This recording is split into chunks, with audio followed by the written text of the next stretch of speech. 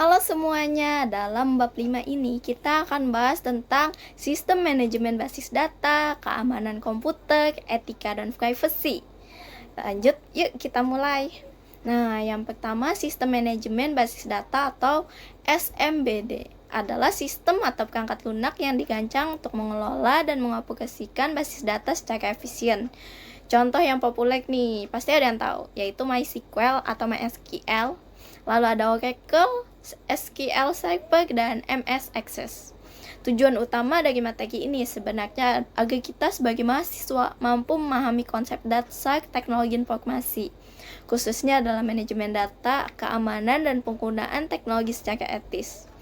Sistem manajemen basis data atau DBMS Sebelum adanya DBMS ini, data disimpan dalam bentuk flat file, yang artinya file teks biasa ya. Penyimpanan ini mudah, tapi kurang aman dan tidak efisien untuk data besar.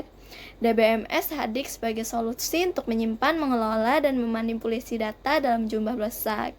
Nah, ada beberapa keunggulan nih ketika menggunakan DBMS, yaitu diantaranya performanya tinggi, yaitu dalam hal akses data lebih cepat dan efisien. Lalu integritas data terjaga, mengurangi adanya duplikasi data. Lalu yang ketiga ada independensi data, yaitu struktur database bisa berubah tanpa mengubah aplikasi. Lalu ada sentralisasi, yaitu data tersimpan terpusat dan mudah dikelola. Lalu yang kelima ada keamanan nih. DBMS menyediakan pengaturan hak akses yang lebih baik daripada file biasa. Jadi banyak kegunaannya. Nah, antara kita nyimpan di flat file biasa dan juga DBMS ini. Setelah membahas tentang DBMS, kita akan lanjut ke keamanan komputer. Keamanan komputer adalah perlindungan terhadap data dan sistem dari akses yang tidak sah. Ancaman keamanan disebut dengan threat dan kelemahan sistem disebut dengan vulnerabilitas. Ada 5 tujuan utama keamanan komputer, yaitu ada availability atau data selalu tersedia saat dibutuhkan. Yang kedua ada integrity, data tetap utuh dan tidak dimodifikasi atau diubah tanpa izin. Yang ketiga ada control, hanya pihak berwenang yang bisa mengakses sistem.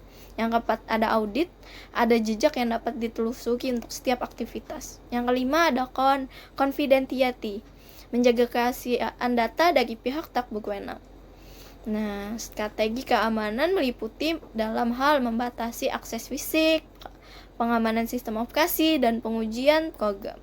Lalu kita akan masuk ke etika dalam teknologi informasi. Etika adalah prinsip benar dan salah yang membimbing perilaku pengguna teknologi. Ada pendekatan etika nih, yaitu utilitarian. Di sini fokus pada manfaat terbesar bagi banyak orang. Yang kedua ada rights, menghormati hak setiap individu. Lalu ada fairness, perlakuan yang setara bagi semuanya. Dan yang keempat ada common good, mengedepankan kebaikan bersama. Intinya di sini adil ya, untuk kepentingan bersama dan juga merata. Selanjutnya kita akan bahas tentang privacy dan perlindungan data pribadi. Privacy adalah hak untuk dibiarkan sendiri tanpa gangguan. Informasi privacy berarti kita berhak menentukan kapan dan sejauh mana informasi pribadi kita dikumpulkan atau disebarkan. Masalah privacy yang sering terjadi meliputi dari mata-mata elektronik, informasi pribadi di internet, profil digital dan database yang mengumpulkan data kita. Nah, contoh pelaku pengumpulan data adalah data aggregators, yaitu perusahaan yang mengumpulkan informasi publik dan non-publik untuk berbagai keperluan. Sebenarnya untuk hak privacy tidak mutlak. Terkadang kepentingan masyarakat bisa lebih diutamakan daripada hak individu. Nah, di sini saya akan menyimpulkan inti-intinya ya. DBMS membantu menyimpan dan mengelola data dengan aman dan efisien. Keamanan komputer melindungi data dan sistem dari ancaman dan penyalahgunaan.